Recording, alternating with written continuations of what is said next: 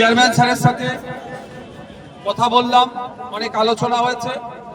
আমরা আমাদের মূল বিষয়গুলো দাবি যেটা রেখেছি সেটা প্রথম হচ্ছে এই টাইমকে এক্সটেন্ড করতে হবে।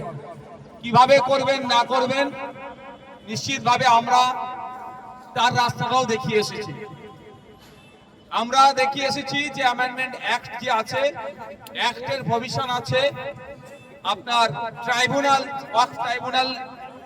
থ্রু টাইমকে এক্সটেন্ড করা যেতে পারে, সেই জায়গাটা দেখিয়ে এসেছি। সেটা ওনারা শুনেছেন। আমাদের মধ্যে সিনিয়র মোস্ট ছিলেন নুরুল সাহেব, যিনি ডাব্লিউপিআই পার্টির নেতৃত্ব। আমাদের মধ্যে ইমতিয়াজ ভাই, যিনি আজাদ সমাজবাদী পার্টির নেতৃত্ব ছিলেন।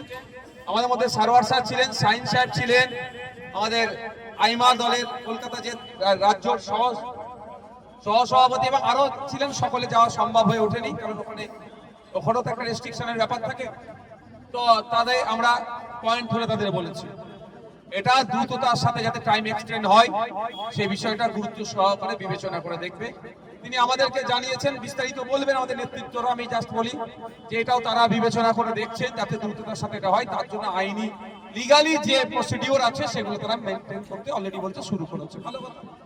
দ্বিতীয় যেটা আমরা বলেছি, এই যে সরলীকরণ করার কথা যেটা বলেছি সেই বিষয়টা এগ্রি হয়েছে, এবং এটাও তিনারা জানিয়েছেন যে নিয়মিত যে 24/7 একটা টোল ফ্রি নাম্বার বা একটা নাম্বারের ব্যবস্থা করছে।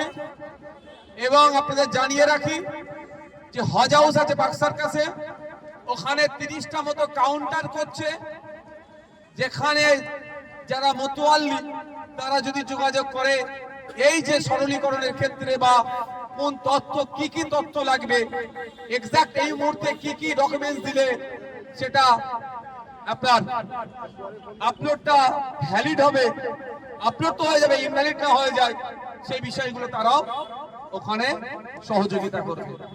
আর যে বিষয়টা আমি বলেছিলাম আমরা, যে গুরুত্বপূর্ণ বিষয় যে আপনার ওয়াক বাই ইউজার যে ঘটনাটা ঘটছে, সেক্ষেত্রেও যে কারো একজনের নামে আছে, তাকে খুঁজে পাওয়া গিয়েছে কিন্তু এখনো ইসি নাম্বার হয়নি, তারও সরলীকরণের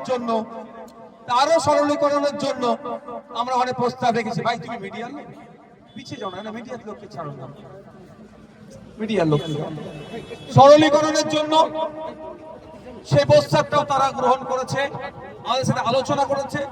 দীর্ঘক্ষণ আমরা আলোচনা করেছি। আমরাও আমাদের দিক থেকে এর খারাপ দিক কি সেটাও বলেছি এবং তারাও বলেছে। তবে একটা জিনিস আমাকে ভাবাচ্ছে, এটা একদিনের পরিকল্পনা নয়। রাজ্য সরকার এদিকে বলছেন যে আপনি ভয় পাবেন না, আমাদের রাজ্যে ওয়াকফ অ্যামেন্ডমেন্ট অ্যাক্ট লাগু হতে দেব না, কিন্তু ওয়াকফ অ্যামেন্ডমেন্ট অ্যাক্ট লাগু হওয়া বা উমিদ পোর্টালে আপলোডের জন্য ট্রেনিং যাতে হয় তার ব্যবস্থা কিন্তু অলরেডি করে ফেলেছিল, আমরা জানি না। তাহলে আমাদের অগোচরে, আমাদের গোপনে সরকার আমাদেরকে কিভাবে ধ্বংসের দিকে আস্তে আস্তে ঠেলে নিয়ে যাচ্ছে, সে বিষয়বস্তুটা স্বল্প করে আমাদের নুরুদ্দিন সাহেব আর ইমতিয়াজ দা কোথায় গেলেন, ইমতিয়াজ ভাই আপনাদেরকে স্বল্প করে জানাচ্ছেন বলে আমাদের এখানকার আজকে এই ডেপুটেশন কর্মকাণ্ড সমাপ্ত হবে। এখন আমাদের বক্তব্য